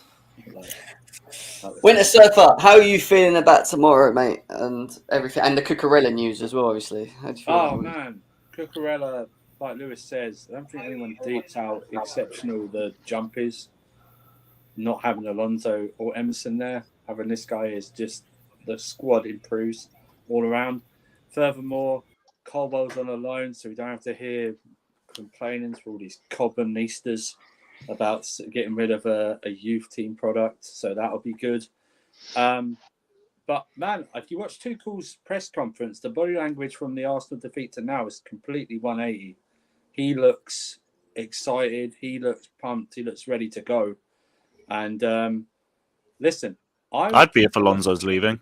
And Christensen. I would keep Alonso. I won't necessarily, man. I'll keep Alonso until after the Spurs game because he does a madness against Spurs. I don't know what it is, but they done something to him in the past, and he always rips them to shreds. I don't care. He can go. But listen, listen. I think Sterling Koulibaly will start tomorrow. I don't know. I'm with you, Jem. I'm not 100% sure Cucurella starts tomorrow. I don't know what his I know he's been training, but I don't know how many pre-season minutes he's had. That's why the 5 sub rule is so key this season, like you said before, with the rotational minutes, and it's going to be so key after the international break in September when we're playing every 3 or 4 days. So I'm excited though, man. Let's get Everton out the way. Let's get the job done. 2-0. I'm happy with a 2-0. I'm happy. Are you happy with the owners? Are you happy with what the owners are doing so far? Oh yeah, we were finished, right? Roman Sugar Daddy was gone. As you know, that thread that we were in the other day there, Jem, with a certain Arsenal fan. We were dead. Our Sugar Daddy's gone. The guys are not going to spend any money. Typical American owners. We weren't going to spend anything. And also, can I just say that Fofana deal, I think it's going to happen. James Maddison is signing a new contract at Leicester.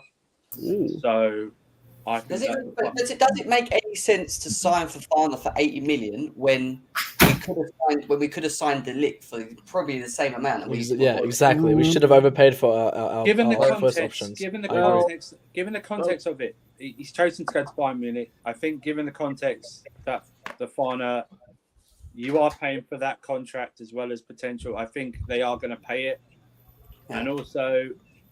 So you are okay with the Fofana move, really? Next year, Thiago Silva's going to be 39. I don't know if he'll stay another year, but if Fofana will be settled in, Koulibaly will be settled in, another year, Chalobah will be settled in, hopefully as well. You bring Colwill back, and then you're sorted. So I think it's a good. Listen, no one talks about how much a player is worth, how much they earn if they do their job. Yeah, true. He does his job. No one's going to mention 85 million whatsoever. It's just a heavy price tag on such a young player. That's our fault. That is our fault. But it goes back to what Lewis said. When you're getting to the latter end of the market and people are like keeping players who are pre-season training or whatever, and you want one of their players, you end up having to spend stupid money to get these players over the line because they want to go into the new season with these players, right? So they're the ones that are going to be missing like key players and stuff. So you have to pay. Well, we did it on Kunde, right? We were in for him, we backed out, and then we tried to go back in for him again, but it was too late. So it's our own fault because there was a bit of indecision. If he wants Fofana, and these guys are willing to pay the money, they've overpaid. They paid more for Cucurella. Apparently, somewhere up to in total could be £12 million more than what originally thought. But they're showing where the money is, and they're handing out these contracts as well. 6-year contracts. Good God, man. You know what I mean? If he does well, If he does well, we're going to get a prime Cucurella for his career. They got I think for a magic number 6, didn't they? They like a 6-year contract, our new owners. So we'll see what happens. Unlimited Dreamer, what do you want to say, mate?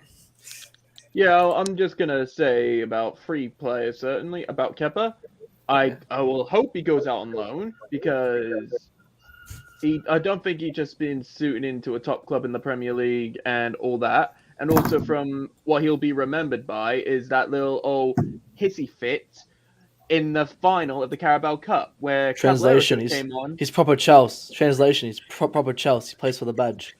Oh, shut up, man. Nah. You can shove that all in your whatever. Imagine your guy sacking off cup finals. Could never be my guy.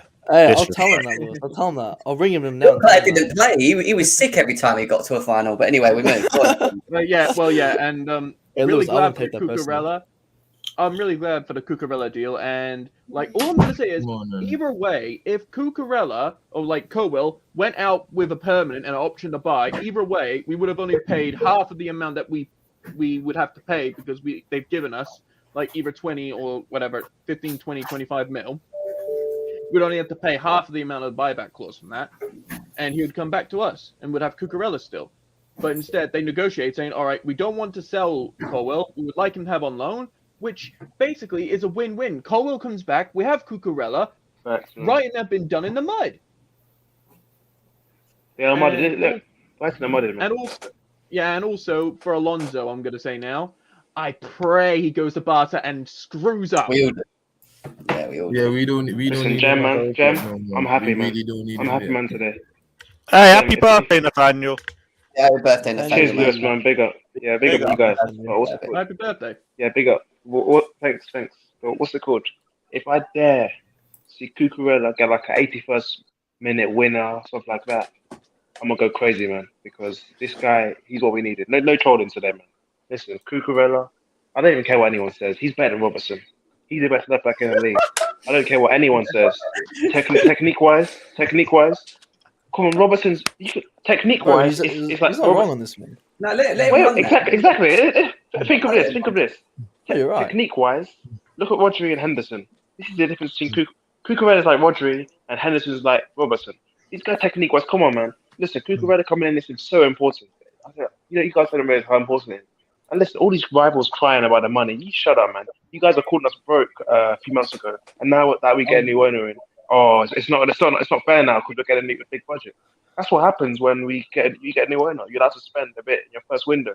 And next of all, Fofana's coming in. I told you about my sources, man. Fofana's coming in today, man. 70 mil plus add-ons. They're gonna accept it. What have you got? Ketchup on, mate? Saying on Aubameyang. Aubameyang's coming in as well, man. Listen, I think that's going to be like a later one. It could be 20 mil. Was it your ketchup or was it your barbecue sauce? What one was it? My sauces, man. Chill. My sauces. Listen, my sauces got it right. I literally told you we're going to go in for who was it? Sterling? Yeah, I said my sauces told me we're going to go in for Sterling and we got him. So look, we're winning right now and I'm happy, man, because listen, we're in a title race, man. I don't care what anyone says. No, stop it. Stop there. Gem? Okay. I wouldn't say we're in a title race. Get a gal on here, man. Get a gal on. Where's the gal? I want to see a gal, man. Gal right now. A gal. Where is he, man? I don't need to think about a gal right now. This league, just let him do what he's doing. Okay, David. Don't worry. I need to speak to David. Wait, David. Did you say? Yeah. Did you say? What's it called? I swear you said something about Werner staying. You wanted him to stay. What did you say about that? I think I said that if I had the option of Pulisic or Werner staying, I said I'd sell Werner anyway. That's it. David, can I ask you a question? What drugs do you take? What? Sorry? What drugs do you take? Is it good? Is it cheap? What's the deal? I don't know. David, your mic's moving mad, man. Sort your mic out. Is it moving mad? Yeah. Yeah, like your agenda against flipping Kai Havertz, bro. Don't you have an agenda against Kai Havertz, man? This guy's getting 20 goals this season, man. Trust me. He's right about Kai Havertz. He's right. Actually, no. Actually, Kai. I'm gonna do positive thoughts because it's a day before the season. Yeah, that's fine. I'm gonna save it. No. The thing is, If Aubameyang Let's comes not in, talk about players ain't yet this season. Let's not do that. Let's not stop being negative. Let's speak good form into existence. But Jem, because if not, be we're honest, fucked. man. Be honest, Jem. Players, guys. Wait, Jem, is that better? And Yeah, not pretty Kepa. Jem, be honest, man. Yeah. Jem, be honest. Wow. Jem, be honest. on. If Aubameyang comes in, man, Jem, I know you're gonna say he has to start over Havertz, man. Come on, be honest. What? If Aubameyang comes in, Well, yes. Aubameyang, come on, man. Aubameyang is starting. If he comes in. Aubameyang or Havertz? Like, well, what debate is this? Nah, people were saying I saw people saying Aubameyang coming in to be a backup. I was like, that's crazy. Jam. If ever comes, he's a starter. The fuck you Yeah, playing yeah, a reject from Arsenal? That fucking What? That will bang goals. What? He'll bang goals for us, man. That will bang He's goals. 33.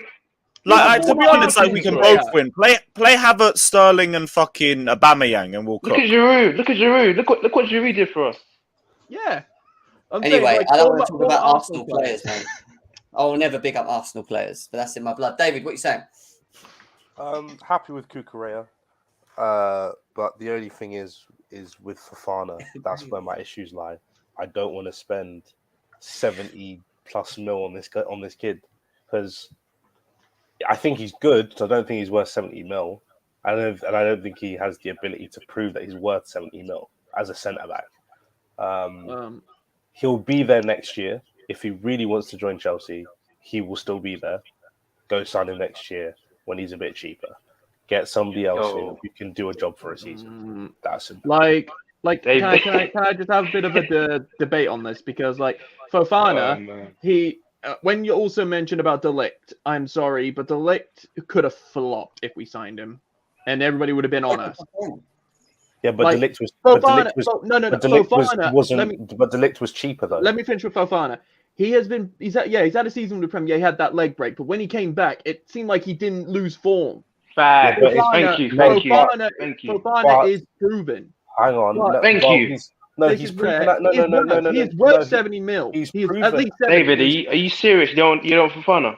It's not that I don't I want don't know if Fofana. that- I think Fofana's a good player, but again, we're talking about price here. He's 70 mil. Yes, there's a reason why that because I'm of gonna the 5-year jump, guys, contract but he take signed. care. Big up, Lewis. Big up, Big up Lewis, man. Big up. But there's a reason why he's that much because of a 5-year contract. And listen, you know it's crazy when I'm happy with Mount as a winger if we get Aubameyang. Because listen, Sterling, Aubameyang, Mount, I'll take it. I'm being honest, I'll take it because we got the Oops, we got the Ling, and We ain't getting Aubameyang Mount. anyway. So we're talking about Aubameyang. We're getting Aubameyang, man. No, we're not. Getting Aubameyang. Even if- Listen, Fofana, if we of course do he's going to be that, overpriced. Yeah, he's so just a why would 5-year you want to contract. sign? Why would you want to sign him that when it's dramatically overpriced? Who? He's not dramatically overpriced. He is No, dramatically. he's not. No, he's Yes, not, he man. is. Listen, He's why don't you proven- tell Tuchel that then? Because Tuchel wants him bad. Why didn't you tell Tuchel that? Tuchel, no, I'm Tuchel just- wanted 6 again, other Tuchel- defenders and he couldn't Tuchel get wants him, but at the same time, Yeah, but come on, come on, man. At the same He's time, good. it's He's good, but I Come on. would prefer other options. Why don't we be get smarter with our overpay for money? Koundé? We can For who? Koundé, Koundé, come on, De Ligt, Koundé. Matt, with come on, Koundé, we basically screwed it up ourselves. We Yeah, could have I'm had not saying Koundé. it's not our fault. But I'm saying I would have preferred him over Fofana. Like they're probably at the same level I We wouldn't. could've. in terms of We skill. could have.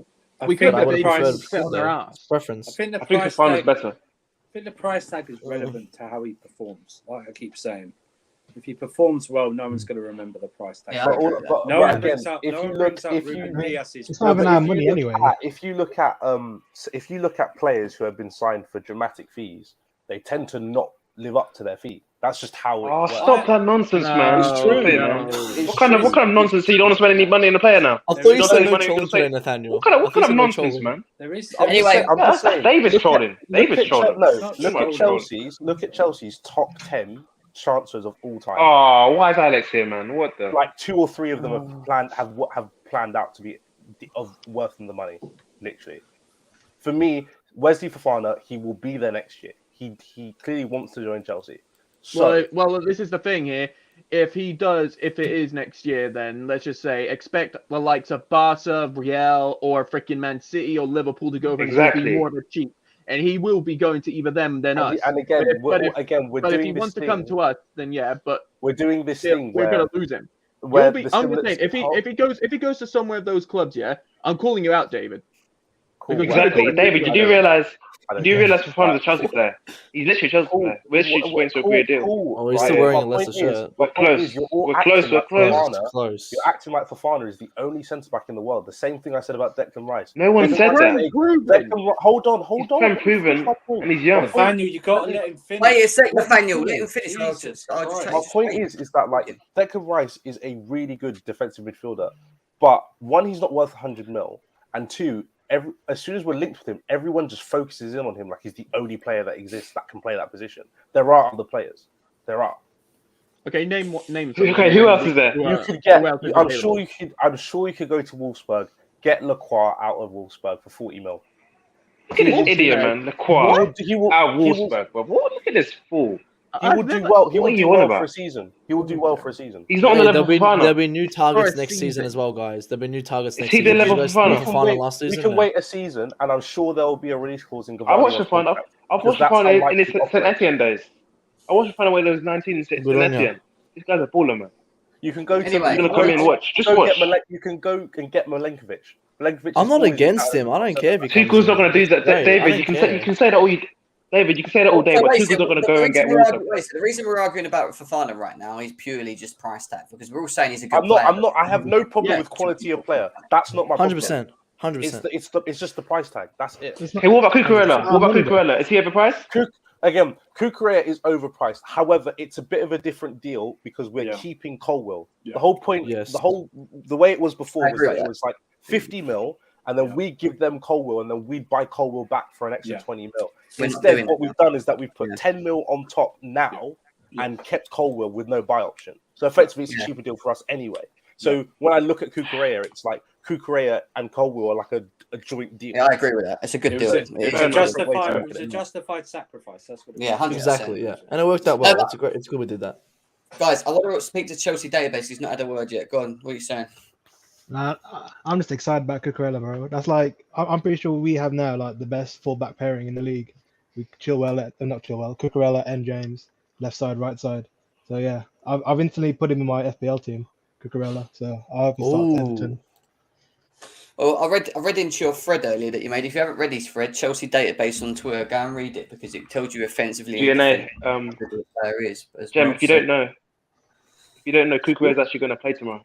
He might come off the bench, but he's playing tomorrow. He's in the squad. And listen, I'm talking. Shut up.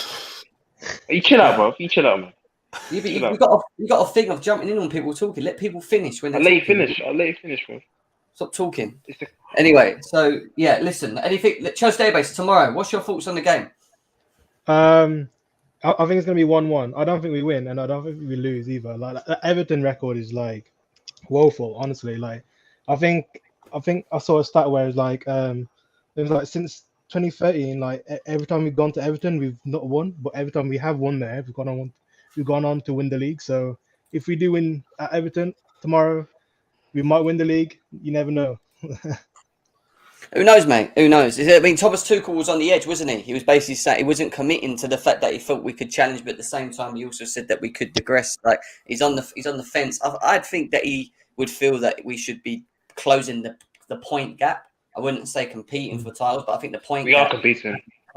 Has to be closing to the top. Alex, how you doing, mate? I'm all right. I see everybody struggle with Nathaniel everywhere he goes.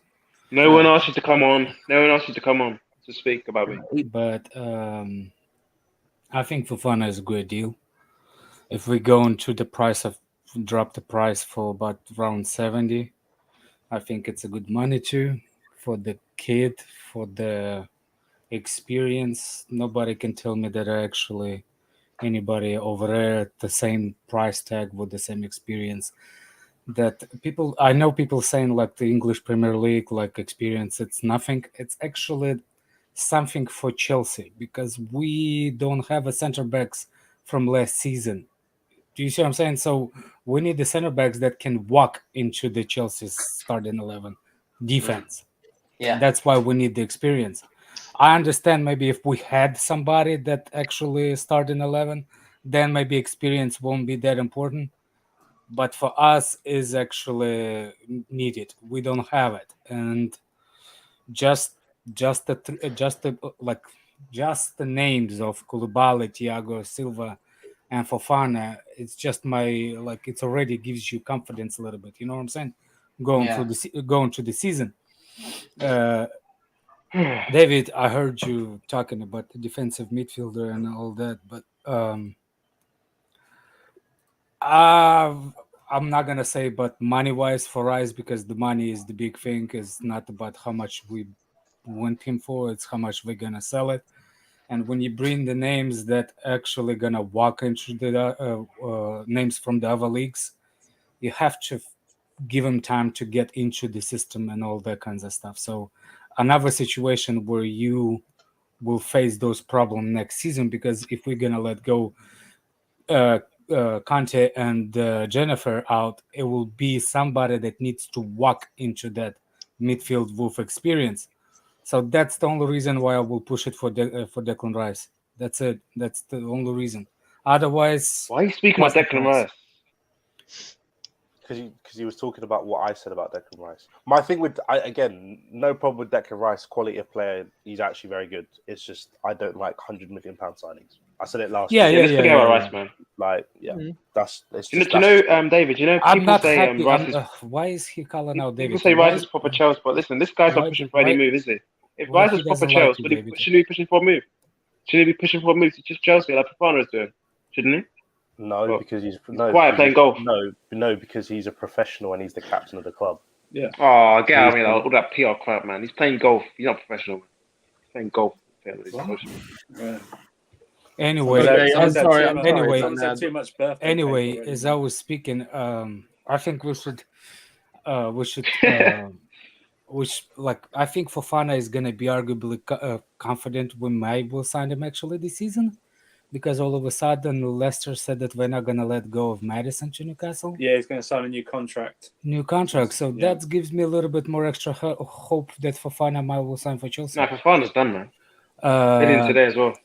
And I don't know if it's like a buzzing in my ear, but I couldn't figure out where's the buzzing coming from. But there's, I think actually maybe we have a skinning again with De Jong. Maybe something over there. If we sign De Jong, I will say we'll win the league. Like David, you know what happened?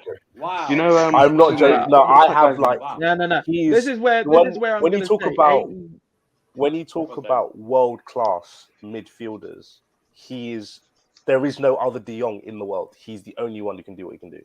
David, you know Harry Redknapp says? Yeah, I saw it. He went crazy on Twitter. Harry Redknapp said. Yeah, you saw it. What's it? Like De Jong is like that. Peter Adewing is still in the parking lot. That's what he said. De Jong is like Jorginho, but he can actually move. No one laughed at it. And can pass the ball long.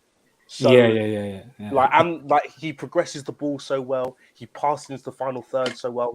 His decision making is incredible. Like if we were to sign him, and he went in that midfield next to Kante or next to Kovacic, that's elite. It's not just that, David. Imagine Terry, man. It's elite. David, imagine Terry. Terry would also imagine Terry reporting the news. All I'm going to say is about De Jong is that I would love to see De Jong with a Chelsea shirt, and then just have a band of United fans and all that because of it. But this is the thing. It's like De Jong and Kovacic are almost similar type of players in a way because they both like to go forward. Chill. That's where I'm just saying.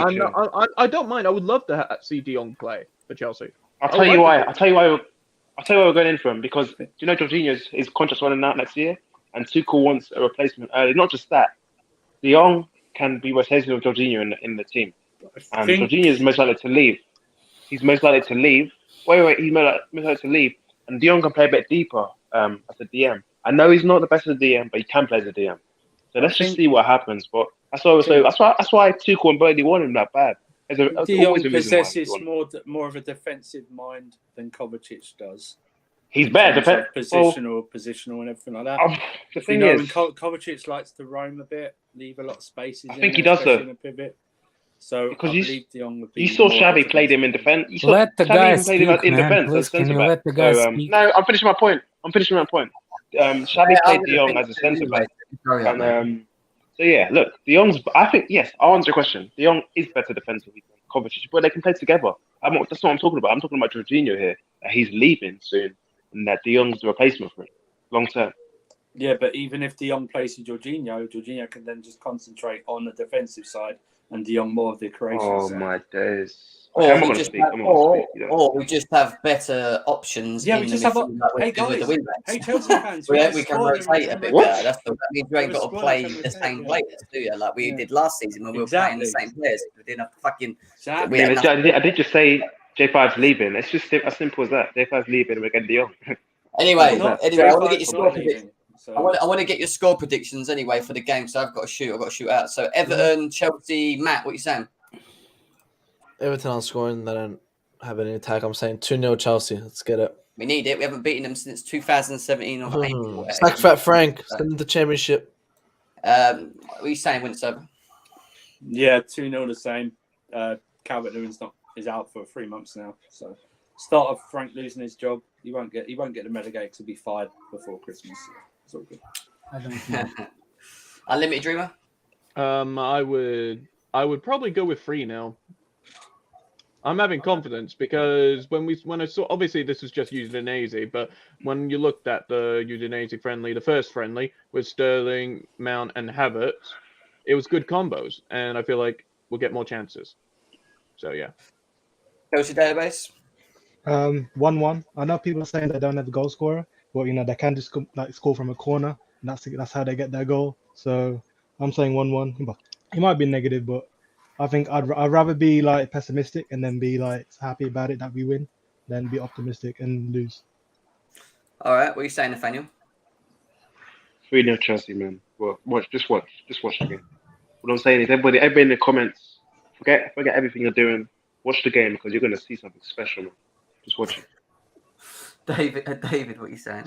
I'm gonna go with Matt. I'm gonna go 2-0. Just standard open to the season.